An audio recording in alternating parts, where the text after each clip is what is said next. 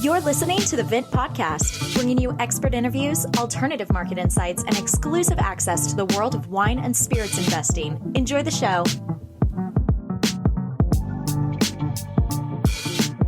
Hey everyone, welcome back to another episode of the Vint Podcast. My name is Brady, joined as always in the studio by sunny Philadelphia Billy.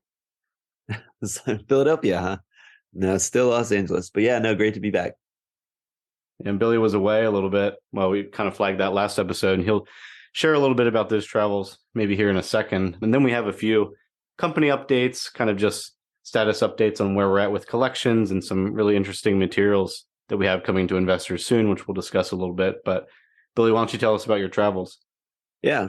And then for everybody else's sake too, we wrap up with our interview this week is with Vince Anter. We'll discuss him a little bit more of Views for Vino, but he gives some great Thanksgiving recommendations for your pairing pleasure for this holiday weekend. But yeah, no, my trip was good. We went to, it was kind of I kind of tell some people a lifelong dream, but it's more of a wine lifelong dream. Basically, as long as I've been reading about wine, I went to Piemonte. So we flew into Milan and then drove out to the wine country, which I mean, there are closer wine countries, but it's a 2-hour drive to the heart of Piemonte, and Barolo is the main commune, like that general region that we stayed in. We actually stayed in a little town called La Mora. It was gorgeous. It was truffle season, which is why everybody says you need to go in late October and November. So we had a few private tastings, got to go down. I got to see their giant versions of barrels, these big multi-tens of thousands of liter barrels that they age wine in. Traditionally are called Botti. I got to see those in person. And what are they made out of? Those are oak. They can be made out of other woods over time, but they're predominantly just really big oak. There's neutral barrels for the most part that are used for decades in a lot of cases. Sometimes they're so big they have to be built within the cellar themselves because the cellars are also old. They just have small doors. But yeah, it was something that struck me is, everybody talks about Burgundy and Piemonte being similar, or Piemonte being more like Burgundy now with all the different plots and crus and Ludite named plots, I guess is Ludite's French kind of translation. But I didn't expect, one, the elevation. We stayed in La Mora, which is one of the higher areas, but there's very large ridges, but they go up pretty high. I don't know exact elevation, but it's close to 1,000 feet, but it's pretty high. And then along each of these little kind of tongues that reach down, which is again what Langhe kind of means in the local language, there's little aspects all the way around. So it's like a straight ridge, and then coming off either side, there's like these little valleys. So everything gets little angles with the sun. Everything has different soils depending on kind of where it is in the greater region. So it's really easy to understand how all of these plots can produce kind of their own unique wines. Yeah, I would have to think that kind of that specificity and division between vineyards and like different cru and maybe like levels of vineyards and stuff like that has to lend towards a positive kind of reception in the secondary market, just because there's kind of implied rarity when you can say, oh, well, this is from here, and there's only maybe 2 producers that make wines in this, particular area. It seems like a good recipe for an emerging region on the secondary market. Yeah, and it's like Hermitage in a way, where if you know the wines of Hermitage, one Jean-Louis Chave makes his style, and it's kind of a blend of all of the top little parcels in Hermitage that he kind of goes, and he just calls it Hermitage. And some people do their single vineyards there. And so for decades, the top Barolos, where they believe the best way to do it was to take fruit from different areas and kind of meld their different unique aspects. So maybe one's a little fruity or one's a little bit more tannic, and make the best wine they could, which they still do in a lot of cases, and they're still really good. But the interest in the region and more research that's being done, they told me about multiple different like soil and topographical studies that were just been finished in the past like decade, are really lending themselves to being able to produce these site-specific and region-specific wines rather than just like macro Barolo, macro Barbaresco. Yeah, it's cool. I think that outside of Spain, Italy is definitely a place that I don't know, like where if I would go to like, Piemonte or Tuscany or just try and do all of it. But I like the land and then drive out. I'm a big fan of driving around whenever I go to places like that. Yeah, it's the best way to really see the country. But I love driving in Europe in general. But one thing that's kind of funny is we stopped at a gas station on the way back. And just for fun, I got a Ribolla Gialla, sparkling Ribolla Gialla from the gas station. You've heard me talk about this in the terms of skin contact. But like in most of the books I read, aside from in that part of Slovenia where they make ageable, skin-worthy contacts, my WZ books were mainly like, it's tends to be an average to good sparkling wine grape. And I was like, what? Like people, at the natural wine bars, you're paying so much for it. So I found a bottle for $3.50. And I was like, at the gas station? At the gas station. Is that like gas station sushi or way better? I was going to find out. So it was on sale. It was normally full price $7. So I was like, gotta test this out. And it was actually not bad. I would say like the acid was still there. There was a bit of minerality. It's like, how like cheap sparklings in the US tend to be very like fruit forward and maybe sometimes a little sugary. It was actually like pretty good balance. I wouldn't call it like amazing, but we had it after only 45 minutes in the fridge. So it wasn't even all the way cold. And it was surprisingly good for $3.50. I think my expectations were so low that it was surprise. But we went to dinner that night at a Stanley Tucci. Apparently went into Milan and went around and ate at one of these places. And we went to one of his restaurants accidentally. And they actually gave us like a more aged Ribolla Gialla that was fully sparkling as well. So I was like, oh, this is a perfect comparison. How much would that be? Like if you're not buying that at a restaurant? Well, that was at a gas station, sorry. That was part of a pairing menu. So I don't know. That one was probably not $3.50. No, it was probably, $40-$50 maybe. Yeah. And that's pretty impressive though, that you didn't even have it like really fully chilled and it still was showing itself all right. Yeah, no, I had fully prepared my buddies to taste something horrible, and they were like, "This isn't that bad." It's always good to beat expectations. Cool. Would you go back? I mean, obviously you would. Yeah, that's a dumb question. No, I think it was really cool. I definitely go back. Doesn't necessarily need to be in truffle season. We did get a meal in Alba one night and bought our own little truffle, and they give you like a grater, and you just can grate it on everything you want. So nice. I kind of got the truffle part out of me, but I think we'll go maybe in the summertime when it's nice and warm and tons of bikers. I didn't realize it was a big cycling place. You need an e-bike if you're a normal person, but these people are hauling up some pretty steep hills. Yeah, I remember when we were in Burgundy, one of the producers we went to, I'm trying to remember the name. It might have been, well, I'm not even going to try because I can't distinguish now which one it was, but they produced truffles and they had all kinds of different truffle mayonnaise and truffle this and that. I took home some of it, but their whole tasting included truffles.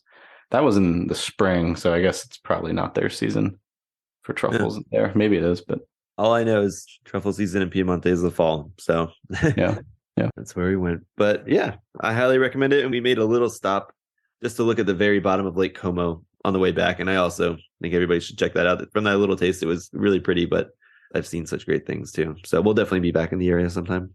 Cool. That's awesome. Well, don't know. I won't be traveling between now and the end of the year. You're not going out of the country between now and next year, are you? We're going to Mexico for Christmas, like Puerto Vallarta, cool. But nothing wine related. Yeah. In the meantime, I mean, obviously we're getting ready to head into the holiday. We're looking ahead to more collection launches soon. So folks should definitely stay tuned for more information about upcoming offerings. We're looking to release a good many collections, I think, between now and Q1. So, obviously, as we get through this holiday, Thanksgiving, investors can stay tuned on our platform for that. We also have some resources that we'll be getting out to folks probably after the holiday, I would imagine. We're excited to release 2 new white papers to our investors. They're really our first white papers since we've gotten underway with more content and more information, more data flowing out to our users. We put together these 2 white papers really to take a deeper look at wine as an asset class. So our first white paper takes a look at and is our attempt at providing Vint's overall thesis for wine and spirits as asset classes over and against other traditional assets. So our CEO, Nick, spent a lot of time putting his thoughts together on this. We worked with, obviously, our wine team in pulling together a lot of data, and we think that it's a super helpful resource for investors as they evaluate our platform and our assets compared to some others out there. Additionally, kind of looking a little bit deeper at Vint's assets and the assets we've brought on to our platform specifically, we have our investment markets, fine wine, and other asset classes white paper, which is a look at Vint's offerings through Q3 of 2022. So I think both of those, we'll have more information about them, obviously, as they come out and more context around them. But both of them will provide a lot of really good detail about how we think about sourcing assets within our category and really how we look at allocating these collections for investors and how investors should think about allocating them to their portfolio. So stay tuned and we'll have more on that soon. Then Billy, we obviously want to provide like some forward looks into our upcoming offerings. Can't say too much at this time, only that We will have a really strong mix of collections in this next batch, which will take us from now until the end of Q4, until the end of the year. We'll have wine from a number of different regions, as well as a healthy amount of whiskey too. So a lot on the horizon. Yeah, no, definitely stay tuned. It should be soon. We're working hard on the back end to have stuff ready for you guys. In the meantime, it's going to be Thanksgiving. It's going to be a great holiday time. So we have an episode here for you from the guy who basically created and is the star of V is for Vino, which is a wine show. It was on Amazon and now it's 100% free on YouTube. He also has his own website, and it's one of my favorite wine shows that I watch with my girlfriend all the time. It's a perfect balance of wine nerdiness, travel, food, and basically education, but not beating you over the head with it. I think it's really approachable to all wine levels. So I was really excited that he agreed to come on. So we had Vince, the founder, come on and kind of tell us about the show, what its inspiration was, some of his tips for buying wine in store, how to get a quality wine, and then also his recommended Thanksgiving wines, because he calls Thanksgiving his Super Bowl. So pretty excited for that interview. And yeah, we'll stay tuned here. Before we do jump into that one though, Brady, what's your favorite Thanksgiving food? Favorite Thanksgiving food? I'm picking up, I don't know if it's my favorite, but I'm excited for it this year, like a honey baked ham from the Honey Baked Ham store. My father-in-law usually does that, but we're not spending Thanksgiving with him this year. So I'm like, yeah, maybe I'll introduce that in my side of the family. So nice. That was one of our go-tos. I do that now every December. That's like me if I went at the beginning and then we eat it all December. Nice. Yeah, you need it. Like the day after honey baked ham with like a warm biscuit and some butter in it or something like that, and just like the cold ham. That's the best. Yeah, mine's not exciting this year, but for whatever reason, I'm just thinking a lot about stuffing. I don't know why. I heard somebody mention oyster stuffing recently. Is that something you've ever heard of in the South? Yeah, oyster stuffing. I've definitely heard of that. We haven't done it. We usually do fried oysters, either for Thanksgiving or Christmas or both sometimes, but I think we'll probably do some this year. It's kind of like me, my wife, and my dad all like oysters. My mom doesn't eat them, but I'll probably fry some of them up on Thursday, either Thursday or Sunday. Nice. All right. Well, those are what we're looking forward to. And we kind of get into the wines that we like to drink with Thanksgiving in the episode. So here, without further ado, is Vince Anter from V is for Vino.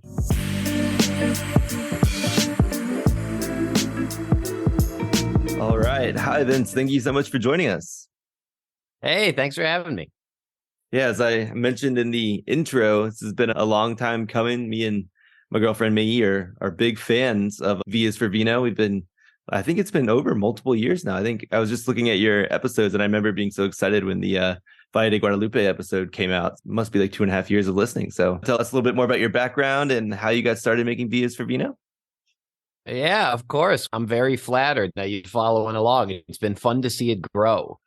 It was something I started a couple years ago. I actually started all the way back in 2016. First episodes came out 2018. And what it was, an answer to the problem of where was the wine TV show that was going to help me learn about wine. I took my certified sommelier exam when I was back working in restaurants, and I was working in the industry. And so it was fine for me to do the traditional route, which was I wanted to do the flashcards and the studying and the book study and the test. That was fine for me because I worked in the industry. I was going to use all that information. But I found that there was one, no way for casual consumers to learn about wine. And two, there was definitely nobody who was doing it with the travel food element incorporated, doing that Bourdain-esque travel show of wine, which to me is so important because wine is, I always say wine is everything. Wine is the culture and the people and the history and the place and the food, and it's everything. That's what makes it exciting. And the best kind of informational videos out there were webcam, people in front of their webcam. And at worst, it was book study. And so I said, can I make something that'll help people casually learn about wine? Nice. Yeah, that makes sense. And we can elaborate on it a little bit more too, is how you kind of land that happy medium in between, not saying it's not advanced, but like Wine Folly, for example, and then things like you were mentioning of like Guild of Sommeliers or Som TV, or you're kind of like right in the middle of that, like interesting for all education levels, really. Yeah, yeah. And I guess I should back up a little bit for anybody who hasn't seen the show. What it is, it's a 45-minute television show. I model it as much as I can after some of our, my idol shows, The Parts Unknown or the Somebody Feed Phil, with a little bit of kind of Alton Brown sprinkled in, where I do some segments where they're like educational and we really break down some of the science of the wine and what do these grapes taste like. And so that's kind of the basic premise of it. And I appreciate you saying we kind of hit that medium, because that's what I wanted. I didn't want it to be too technical, but I also didn't want it to be like, what wine pairs with the vibes I'm feeling right now, where it's like too meta. I wanted it to be right in the middle of you're learning, but also it's just a fun show, even if you're not really into wine.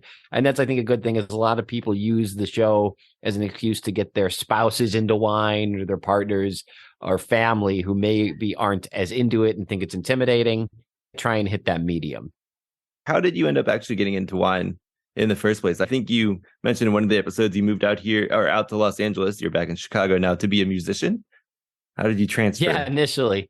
Initially, I wanted to be a rock star. I grew up playing music, played drums, I played guitar, I sung. After college, I moved out to LA and tried to be a rock star, but so did everybody else in Los Angeles. And so when I determined that I was good, not great as a musician, I said, all right, well, I can either keep this going in this kind of weird field of music where you have to be amazing and also you have to have a ton of luck and you really don't have a lot of control over your success, at least as much as you would like. Or I could do this other thing I got into, which was wine. I was working in bars and restaurants and bartending. I did do some somming. I actually spent most of my time behind the bar. But eventually I had some mentors who encouraged me to get into wine, and I took the test. And that's how we picked off with hey, there's no resources out there to learn about this. And as I kind of decided I like hospitality and I like wine, but I don't necessarily want to give up all my nights and weekends forever by working in restaurants, I said, what else could I do? And there was that gap of nobody was doing the video education component. And so I said, could I take my skills, which was I have an IT degree, I have a business degree. I was pretty comfortable on camera because I had done that with the music. I was on stage. So I said, can I combine these skills and do something unique with it? And that's what came out of it, was V is for Vino. Yeah, one thing that stands out to me about your videos, and I was brushing up on some today, I know that I've watched a good amount of your content in the past and then was kind of reintroduced to it, like as we've come around these conversations. And something I was impressed with was how the topics you address and the questions you address are the right questions, right? They're not necessarily the ones that people ask, like obscure questions that people ask, like not obscure, but maybe less meaningful. What wine glass do I drink X out of? Like, who cares? Just drink the wine. That's fine. But so much of wine content out there is on things that really don't impact the way you walk into a store and select a wine and enjoy the wine. I feel like you ask and answer all the right questions. What did that come from? Did that come from how you were thinking about wine before you got a formal education in it? Or did it come from maybe conversations with folks as you had already gotten into the hospitality and restaurant industry? Yeah, a little bit of both. You mentioned Wine Folly, and I talked to Madeline, and when in one of our episodes, in our Walla Walla episode, I got to meet her and hang out with her. And one of the things she mentioned is that was part of the reason she started Wine Folly, was the things that wine companies and wineries and other wine education were telling consumers weren't necessarily what the consumers needed or wanted to know. When you go in sometimes to a tasting room, they'll start getting into the soil types and the slope and the elevation. They'll go really high level really quick with a lot of consumers. And it would be the equivalent of chatting with somebody about finance and getting really, really in depth before they understood the basics of like economics and how the market worked. Like, there has to be that foundation of knowledge. And at the same time, I did find that people craved more knowledge than the influencer telling them that this is a fun wine and not giving them any background behind it. There really was people, I thought when I started V is for Vino, I was like, oh, I'm going to have to sprinkle in the knowledge and really just make it fun and quirky because people aren't going to want to know. Well, I quickly discovered that the knowledge component was the thing that people were drawn to in the show.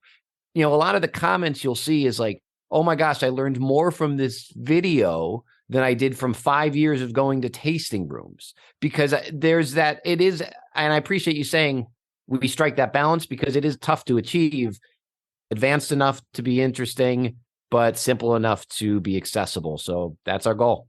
Yeah, that makes sense. And Brady, he does have a good little video on which wine glass to use, but it's more of why you would use a wine glass. But that exact balance is, yeah, that's kind of why we watch it. And it also helps me explain. I think that the tasting room thing is interesting because it helps things that I would tell my significant other all the time. Like if you just put it in a slightly different way, or like take one step back and then get into it, it's like, it's much easier to understand sometimes, just having that like slightly different angle on it. So I think that's pretty cool. So how has the show developed, like from your initial days all the way through now? Like what has changed? What has stayed the same? I guess I heard your question and answer session, and I'm sure you've been getting a lot of feedback, like you mentioned. How have you taken that and evolved the show over these few years? Yeah, it's been a fun ride. I started it as, I wasn't going to make a TV show. I was going to make a wine club that happened to have video. And I was just going to do the videos almost like the side project. And the revenue model was going to be the wine club. I was going to ship the wines all over. Well, I quickly determined that it's almost impossible to ship wine if you're a small business. It's even hard for large businesses. Forget if you're a small one. The regulations, and I could talk an hour about the 3-tier system and how they keep small businesses like mine from the wine shipping and wine selling game. It's really sad. It's very political, not right or left political, but driven by a bunch of lobby money from sort of larger entities. But anyway, it's way too hard for me to ship wine. So I had to get that on my head right away.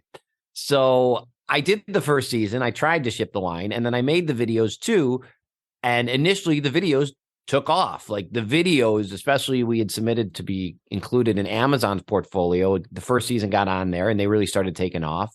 And I was like, oh, this is where the demand is. There's no demand for another person selling wine. There's enough people doing that, but there's demand for these videos. And so I kind of pivoted. I said, okay, I'm going to do the videos. Initially, the first couple seasons were more focused on the wineries and the wine itself. I think in our 4th season, which is what just released last summer, 7 new episodes, mostly in Europe, that was the season I really felt we arrived. And now it's focused, I would say 50-50 on the culture and the food and everything around the wine as much as it is the wine, which is kind of always my goal. I just didn't have that luxury when we first started based on how we were getting funded and what was happening. But now I have a little more pull, if you will, the bigger we get. And so I can make this show that is this great representation of the entire region, not just a single wine or winery or person. And so that's the big change. Is we've turned it more into this kind of cultural experience show as much as it is a wine show.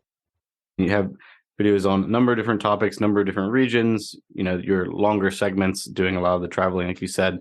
How do you make those decisions? Do you take that from like viewer feedback? Do you have set in your mind, these are kind of my next stops, this is what I want to accomplish when I get there? Or is it more fluid than that? No, it's probably not as fluid as people would hope. I think people hope I just show up and go on a magical wine adventure and we have a crew documenting it. And unfortunately, the reality of TV production is that you kind of have to come in with a little bit of a plan. What I do is I start by saying, okay, where do I want to try and go this season? Where haven't I gone? What's a good balance of episodes? And it's also where we operate partly on sponsorships. We work with sometimes wine boards or tourism boards of the regions. And it's where can we make it happen? Once we have the episodes locked in, I start talking about, okay, what is my theme for each episode? And then what is my theme for the whole season? For the theme for each episode, there's usually something that needs to be told, a story that needs to be told about the region.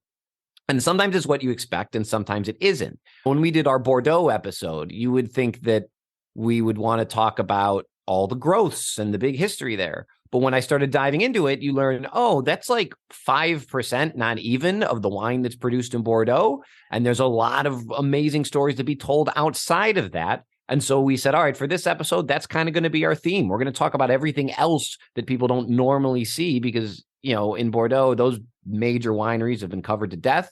Let's talk about some of the other things. Whereas we went to Provence, and instead of talking about the cheap rosé that oftentimes get exported. And we did a similar thing in Prosecco. A lot of cheap Prosecco gets exported. Let's talk about the higher quality stuff that exists there. Let's kind of bend people's perceptions as to what they think a region is. So we come in with these goals of what is the story you want to tell?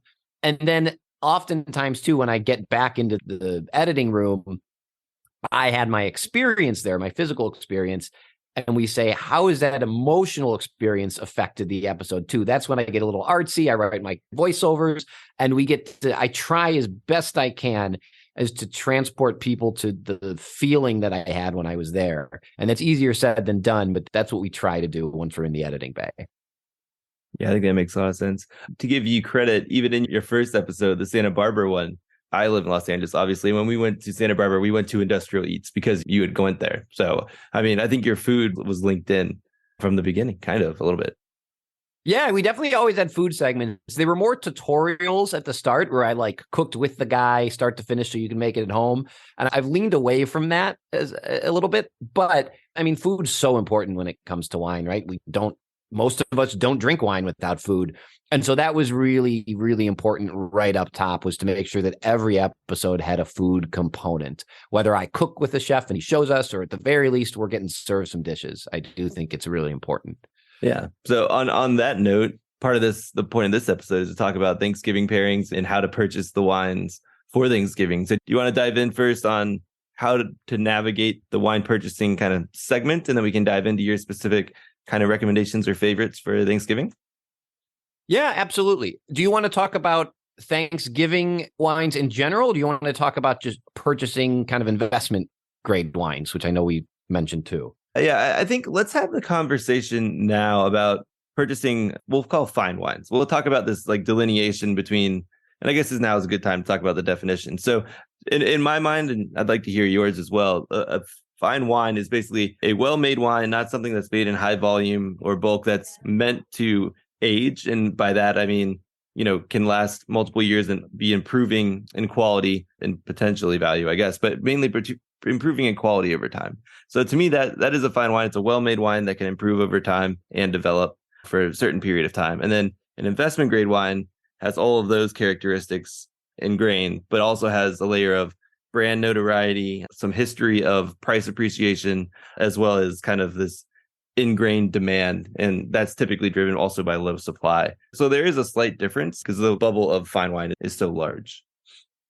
Yeah, I mean, fine wine, the great thing is that in 2022, there's never been more fine wine on the market in any point in history. The technology, if you talk to winemakers, what they'll say is that both the farming technology and the cellar technology has improved to the point where like bad wine is kind of hard to find. Now, we do... And bad is in like find faulty. A way to, faulty. Yeah, exactly. Yeah. Now, we do find a way to make cheap wine that has, a lot of times, especially here in the US, all sorts of additives and things that you don't want to mess around with. But as far as faulty wine, it's few and far between. Unless you're getting, Grandpa Joe's bathtub wine, it just barely exists, which is great. And so then your next step is, all right, how do I get good fine wine? And I would actually challenge one of your notions, which is that I don't think you necessarily need to have a fine wine that can age. I had a big conversation, and I think this is one of the differences between investment grade and fine wine is, to me, vintage. I think the number one thing that you're looking for with a wine that can age is your vintage, because a good vintage will give you the structure, the acidity structure and the tannin structure, and sometimes the sugar structure to age. But there's a lot of great wines that are made in off years that I maybe wouldn't put down for 5 to 10 years. But if I'm opening it young, to me, it's a waste of money to get a really good vintage that I'm going to open. If I'm buying a 2019 vintage that was great, right? Let's get specific. Let's say I'm buying a Bordeaux, like a recent Bordeaux vintage that was pretty good, was 18. All right. But if I buy an 18 and open it today, to me, that's kind of a waste. Because that 18 isn't really going to peak until, 5, 10, 15 years out. If it's a really good vintage, even longer. If I'm buying a Bordeaux that I'm going to drink today, I might go for like an in-between vintage, like 17, which was not, as long as it's not a bad vintage, like 17 or, 14. Those are great to open right now. They don't necessarily have the capacity to go for the long haul, but I'm cool with them today. I just avoid bad vintages. Like 13 is kind of known as a historically bad vintage in Bordeaux. So I would just avoid that. When you're going to open your wine, I think is a big consideration when you're looking at purchasing fine wine. Yeah. The aging point is kind of a blanket statement. And there are varietals and styles, whether it be like Sauvignon Blanc from certain regions or things that you want to drink when they're aromatic or young that you wouldn't want aging necessarily to be part of that process. Anyway, I think what I was getting at is, and even to your point, is that a lot of the high volume, lower cost wines, the value wines, if you will actually are mainly fruit driven, and they're mainly there may be a couple notes. So if you let those even stay for a year, maybe a year and a half, they're really not meant for that. Whereas like that Bordeaux you're talking about, it might not need to be developing over many, many years. It just won't necessarily even maintain for a year. Yeah. But then again, there are many fine wines that, from certain regions, certain varietals that aren't meant to go more than a year either. So. Yeah, I mean, the number one thing I would say, and I give this advice all the time, and I get a lot of pushback from it, especially from new wine consumers, is just do not buy your wines from the grocery store. And this goes back to your 3-tier system and who controls what you see on those shelves and what kind of wines are allowed to be there. It's not, and people take it as there's no good wines in the grocery store, and that's why they get mad at me. That's not what I'm saying. What I'm saying is that you have a much higher percentage of good wines in a wine shop or better yet, a local wine shop. Like a big one is great for certain things, and we can get into that. And then your local wine shop for your daily drinkers going every night of the week is super important for a whole host of reasons. They find, one, they're not taking any of those mass-produced wines because grocery stores pretty much have to take big wines, right? If you're a big chain, I need enough of that same wine to go in all of my 15, 18, 20, 100 stores, right? Whereas I can find smaller allocation wines in my local shop. So that's your one reason. Another reason is because your staff there is going to know those wines intimately, especially if it's a small shop and they only have 100 SKUs, 100 different bottles. They're going to know those wines really intimately, and they're going to store those wines better as well. They're going to take care of them. Especially when you start getting into expensive wines, if you're going to spend more than $50 on a wine, you want to make sure it was stored properly. And you have a much better shot of that happening than a grocery store. Yeah, no, that makes a lot of sense. And also something on your grocery store note is if a wine is really popular, a grocery store doesn't want to run out. Like the whole point is for you to be able to supply enough for it to keep selling if it takes off. So Brady, were you about to say something there? Yeah, I was going to say, I like you kind of paused on a little bit, but the difference between a wine store, maybe like a Total Wine, or I was trying to remember the shop in Chicago that you highlighted in Benny. Yeah, that's right. Maybe one of these like local or regional chains. Obviously, Total Wine is a national chain versus individual wine shops. Can you stop there a little bit and just elaborate on what you were trying to say there? Yeah, both have their place. If I'm buying definitely some of the wines that are the bigger names, maybe investment grade, especially if they're allocated, it sometimes helps to go to either one of those chains that, has a reputation with these producers and they get a certain amount of those versus your local shop that maybe doesn't have those connects or contacts. Now, sometimes your local shop will have that. It really depends how good your local shop is. But to me, the local shop is for like my daily drinkers, I'm popping in and grabbing a bottle. Whereas those bigger shops can oftentimes be the ones I need something specific. I need this exact wine, or it's, when it comes out, can you let me know? They oftentimes will have a bigger selection of the bigger names. And so I think both have their pluses and minuses. Local shop is also nice because they'll get to know your tastes. You'll get to know the people there. They'll know what you like and don't like, what they gave you last time. Did you like it? Oh, great. Let me get you something else similar. So you get that more personal touch, whereas the bigger kind of chains sometimes can get better allocations on specific items that you want. So if you're shopping for Thanksgiving, are you going to the big box store or are you going to the local wine shop? It's tough. It depends. I mean, it's funny. I'm editing it today, actually, what wines I recommend for Thanksgiving. And it depends how you shop for Thanksgiving. If you shop like me for Thanksgiving, I do like 5 courses and 5 different wines. So I kind of probably need some selection, maybe the bigger shop.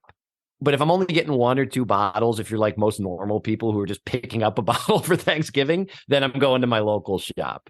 But I do Thanksgiving big, and so I kind of need a solid selection of things. So I might go to the bigger shop. Nice.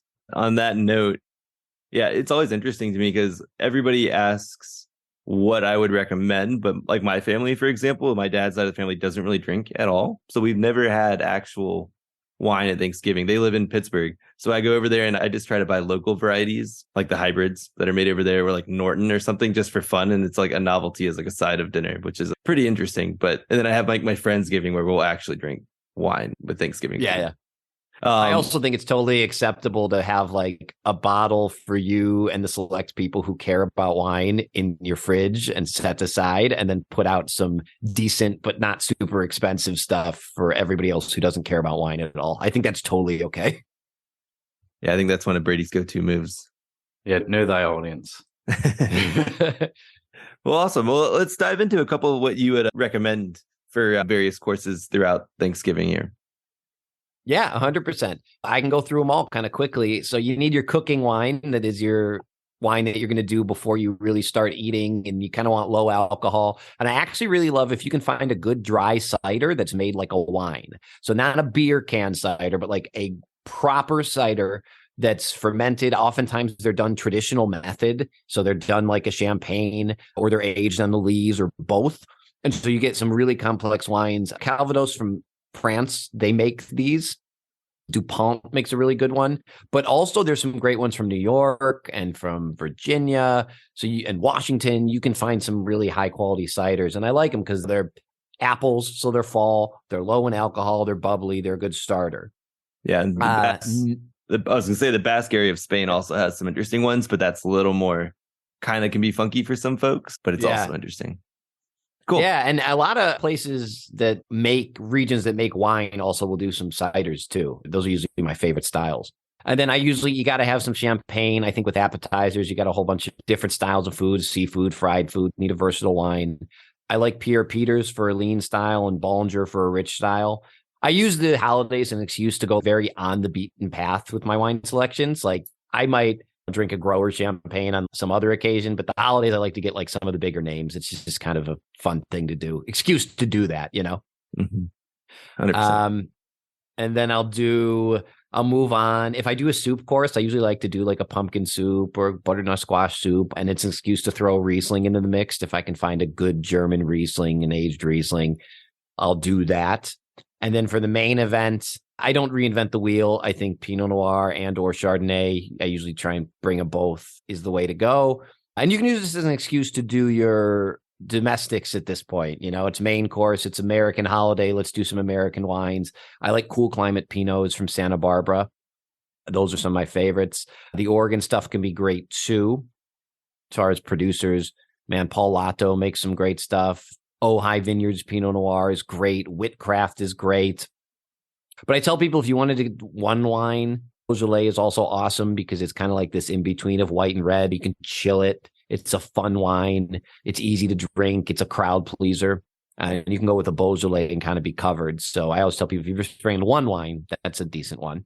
On your Beaujolais side, are you going Village or are you going down to like Nouveau? I guess that's an interesting thing. What advice would you give to people trying to pick out a Beaujolais? Because it can run the gamut in terms of what you're getting in the bottle if you don't know what you're getting. Yeah, the Nouveau stuff is if you got to get a bunch of bottles, if you're covering wine for, a big family, right? You got 12, 15 people there, you need to get a couple bottles. You can get some Nouveau because it's fun and chillable and easy.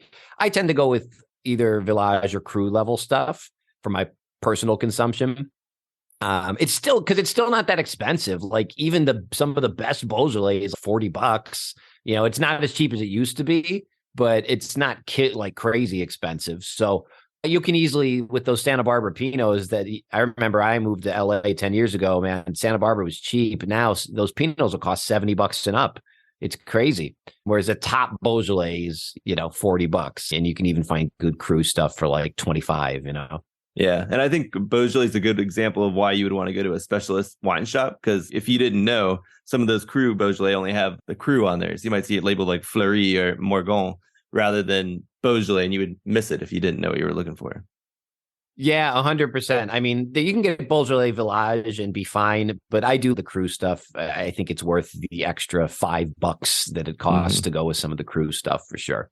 Agreed. Is your splurge champagne, just stepping back, is it like Cristal, Krug, Dom? I like bigger, toastier styles, and I've had Cristal and Dom and all that. Again, I go back to Bollinger because I think it's their Grand Annie is like, man, it's lights out. They also have a late RD recently disgorged that is like so good. I like it when it's sat on the lees for just so like, give me years on the lees. I love it. And so those are my styles. Would you drink a rosé champagne or even like a rosé Cremant or something like that?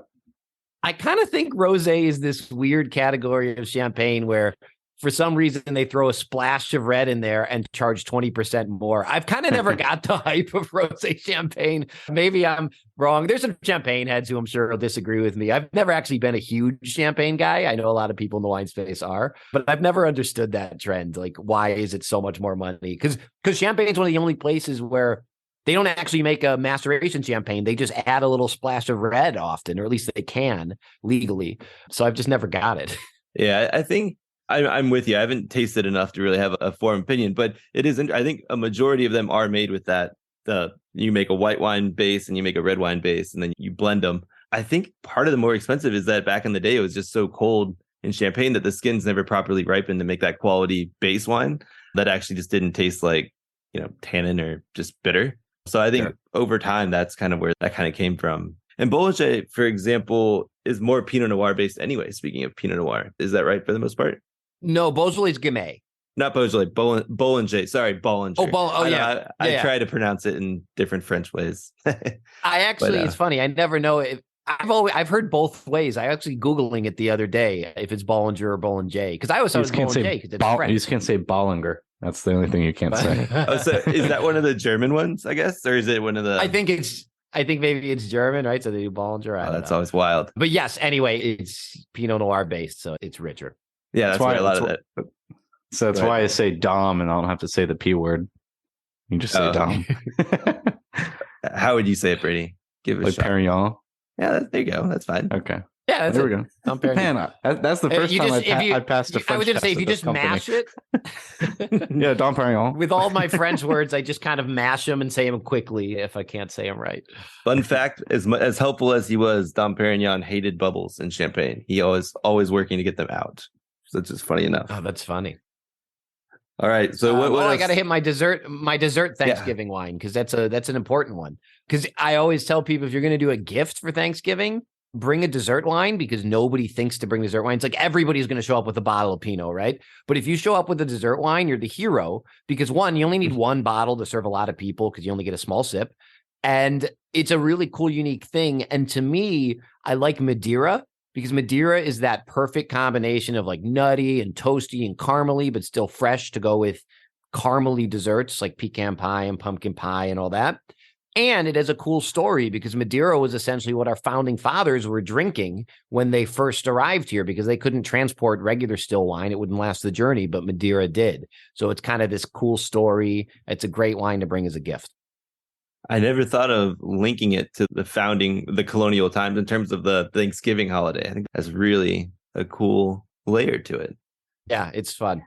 But yeah, for those who haven't tried Madeira, I mean, there's a range of styles and varietals, but a hallmark of it is the acid that's underneath. So while it is kind of sweet, to your point, if you have it with a pecan pie, it'll kind of meet it and complement it on the sweetness. But then the freshness, like you were noting, will just clean out your palate and it won't be cloying at all.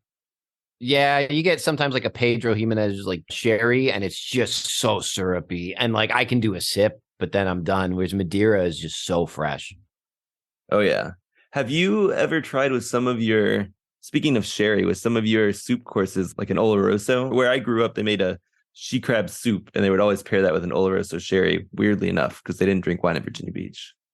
No, that's a great pairing. Sherry is one of the most versatile pairing wines out there. Not that super sweet stuff, but like, yeah, the lighter styles can be really awesome. I never bring sherry anywhere because nobody likes it. It's like such a shame because it's such a cool wine, but that weird nuttiness is just an acquired taste for so many people. And I'm like, even my wife, who's like into wine with me, still I can't get her into sherry. And it's such a shame because it's a great wine.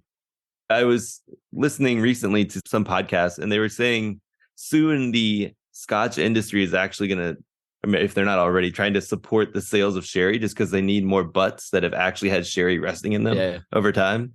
Or not sherry butts. Yeah, it would be sherry butts. I think that would be interesting if like literally it makes a comeback just because Scotch producers are like, I really need more sherry casks. I've pitched a sherry episode because I really want to, it's such a misunderstood wine. It was kind of like port. I did a port episode and I was like, oh, how cool that I can demystify this wine for people, because people think of port, they think of like, British grandmothers, and it's got such a cool story and history and so versatile in styles. And sherry's the same. It really is amazing. And I hope I can tell that story one day. Yeah, you definitely should swing over to Madeira as well at the same time. We did a little route where we did both and it was pretty awesome. Nice. One personal question there. Did your significant other like wine when you began, or did you have to ease her into it? And how did you convince her to kind of jump on the wine train? Yeah, we basically grew up together. We met as freshmen in college. So we met fairly young. And when I started getting into wine, she was a little behind me just because I was, I don't know if anybody's listening who works in restaurants, but what happens is you meet some people who are like older in the restaurant space and they start introducing you to all these cool things that you've never heard of or experienced before. Whether it's cocktails or spirits or wine, all these things that are kind of like an acquired taste when you're younger. It's the same reason why I don't love beer at first. I always say the college beer effect, where you drink your beer ice cold because you don't really want to taste it. And then eventually you start drinking beer for the taste. Kind of same thing happens with wine, right? It all tastes like wine at first and you slowly get into it. And so I got into it first through the restaurants, and then I would bring stuff home to my wife and I'd be like, try this, and then I'd pass that on to my friends. And I remember my roommates too. We lived in LA and we had 2 guy roommates and my wife. My wife was a saint because she lived with 3 men for a period of time. And I would bring stuff home to them and they'd be like, you don't really like drinking this, do you? I was like, no, I do, but it takes time to get into, that first couple sips. It's like coffee. You're just not really into it until you start drinking more of it.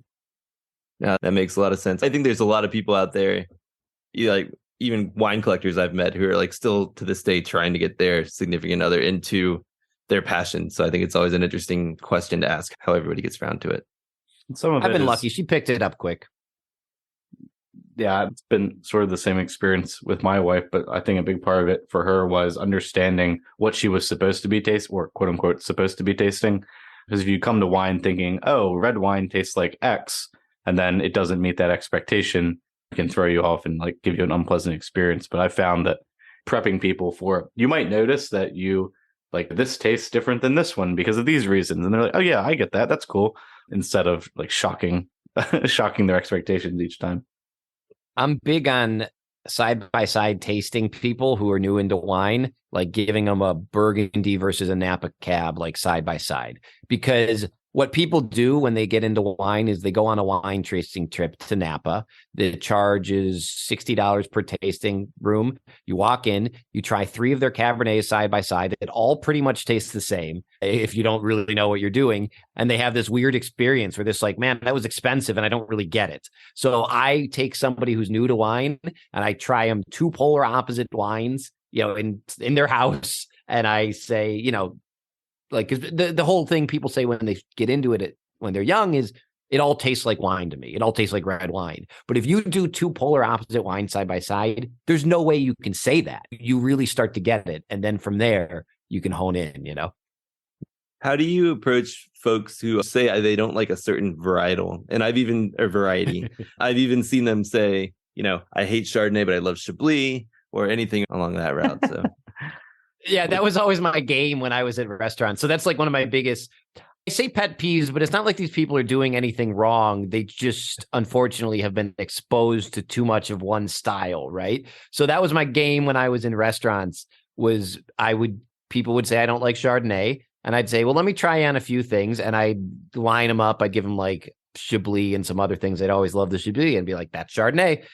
Because And that's kind of a trickster way to do that. Maybe you shouldn't do it that way. But what I will say is that I challenge people to drink on the place rather than the grape always. I mean, that's one of my biggest intro to wine pieces of advice is drink based on place, not grape. Because two wines from the same region are probably going to have more in common, like two red wines, for instance, are probably going to have more in common than two wines of the same grape from different regions, if that makes sense. I mean, it helps to give tangible examples. Like some of the Pinot Noirs coming out of Napa are more similar to the Cabernets coming out of Napa than the Pinot Noir from Burgundy, the lean Pinot Noir from Burgundy. It really comes down so much to the place. And there's some winemaker style and choice in there as well. But just start drinking based off where the wines come from. And when you go to a wine shop, make sure you tell them, or you're talking to a som or whatever, I like blank from blank. I like Pinot Noir from Burgundy. I like Cabernet from South America. Give them the grape and the place, and it'll just really help them hone in on the style that you like. It makes me think of that guy we met, Billy, one time that didn't like Tempranillo, so I gave him Rioja. And by that guy, it was Brady. I was the guy. Yeah, no, I think that makes a lot of sense. And when I try telling my friends or my girlfriend as well, I try to identify the one thing that they do like, whether it be acid or lower alcohol, and some sort of structural component they can also just throw out there. Because even in this day and age too, some people are trying to make such an international style of wine. Sometimes you'll have one from a place and it'll taste similar to somewhere else, and it might not work out that way. But I think that makes a lot of sense to tasting them polar opposites. Residual sugar and like sweetness versus like fruit ripeness is also one that I found like really resonates with people as like a light bulb moment. Because what was it recently? I had someone say like, yeah, I really like sweeter California cabs. And so we like had a conversation about, perception of sweetness based on the ripeness of fruit versus actual like residual sugar. Just like something that feels like it's in the weeds in the moment, but you realize it's super intuitive and can take you to a whole nother level of understanding and appreciation. You just described the two things that I did when I was working in restaurants more than anything was try to get people to understand place versus grape and try and get people to understand what the word sweet means in wine. Those are by far the two biggest like challenges of hurdles that you have to get over as an intro wine drinker. Those are the two that are really tough. How often would you get somebody walk in and you'd be like, what kind of wine are you into? And they just say dry. Yeah, and dry or not too sweet. Or dry reds. Sweet. I like dry reds. Yeah. And then the feedback that's not dry enough. Not dry enough. I always get a kick out of that. Yeah, it's constant. It's the number one thing you deal with when trying to interpret what people actually like. And normally what they mean is fruity. When they say they don't want something, they want something dry, they mean they don't want it too fruity, Mm-hmm. Or if they say they want sweet, it means they want a fruit forward wine. Or if you give them a wine, they say this is too sweet. Most of the time what they mean is it's too fruity or it's too buttery or vanilla-y or what have you. Too many of those flavors that we associate with sweet. But I always tell people it's kind of like dark chocolate. Dark chocolate has chocolate flavor without the sugar, right? That's kind of the closest way I can describe it. That makes a lot of sense. And sometimes alcohol is perceived as sweetness too, depending on its level. So that also mixes in. So what's your next steps now for Vias for Vino? What's the future coming up? What are the new seasons going to have? And also, where can people find you now? You mentioned Amazon before, but I'd like to direct people more to the accessible area. Yeah, actually, the easiest way, we've pivoted. We're all on YouTube now. I'm going all in on YouTube. It is just a great way to get a huge international audience. We can be found by more people. I've always wanted the show to be free. And for a long time, it was free on Amazon, but they changed the way they handle their independent creators and they're forcing me to charge. So to me, that's kind of one of my core mission statements was wine education should be accessible and free. And so it's on YouTube. You got to watch ads if you watch on YouTube. If you join our VIP club, you don't have to watch ads. You can watch it on our website ad free. But that's the easiest way. We're on a bunch of other platforms too. You might even catch me in an airport because we work with Reach TV. And so we're in some airports. But Vias for Vino wine channel on YouTube. Plus on the YouTube, I do a bunch of in-between episodes. So I have our main episodes. We do about 5 to 7 a year. And then I have some small, like I'm making a Thanksgiving wine video that's coming out tomorrow. So we have some other stuff too. So follow us on YouTube. And then as far as the future, I filmed 2 more for the new season, Virginia and Southern Rhone, which were a lot of fun. And I am pitching a lot of other episodes. I actually don't have anything locked in right now, but I want to leave America and Europe because I've done a lot of American episodes and I've done a good amount of European episodes. So I'm trying to do South America. I'm trying to do maybe some places in the Middle East, Lebanon potentially, or hopefully, I don't know if I think it's Eurasia, is Georgia, the country. So we're trying to just get off the beaten path. And I got to get an Australia, New Zealand episode in there too. And so I want to just keep going as far and as long as they'll let me is the goal. Nice. If you could go to Chateau Moussard, that would be awesome. We had Bartholomew Broadbent come on, and I had heard of the wine before, but he kept raving about how it was the wine that his dad showed him that turned him on to liking fine wine. And I was like, all right, well, that must mean it's pretty cool. He keeps claiming it's the best wine in the world by far. And I'm like, well, if a Broadbent's tasted enough wines and still says it's the best, then it must be a pretty cool place. It's pretty amazing. It's really unique. Moussard has got this kind of pruny, overripe character that normally is associated with sweeter wine or like sweeter or like dried wines, but yet it's super fresh, almost like a medium bodied like Sangiovese. I don't know. It's unique. It's really cool. Nice. Well, thank you so much for your time here. I think those are all my questions. I'm happy I get to meet somebody I've been, watching on TV for so long. And I really appreciate the mini episodes because, watching the other ones over and over was getting a little older as we waited for the next season. But no, it's great. And I really appreciate it. Yeah, absolutely. I mean, thank you for having me. I hope this provided, my big thing is always just providing value to the people who are listening or watching. I want it to be fun and accessible to do wine. I think what you guys are doing is really great too, which is essentially giving people the opportunity to get into wine investing who, including myself, like don't know a lot about it. Like I know which wines would potentially be investment grade, but for me, going out and personally doing it, it's a whole game in itself. You have to just study that. And so the fact that organizations like yours are giving people the option of buying into that without having to know all that knowledge is really cool. Well, thank you. Yeah, I think accessibility is one of our number one goals as well, along with making sure that the assets perform as well as they can. So yeah, bringing the best assets to the world is basically our goal. And sounds like educating them on the background of those same assets as yours. So like minds think alike. Perfect. Awesome. Well, thank you so much. And we'll chat soon. Cheers.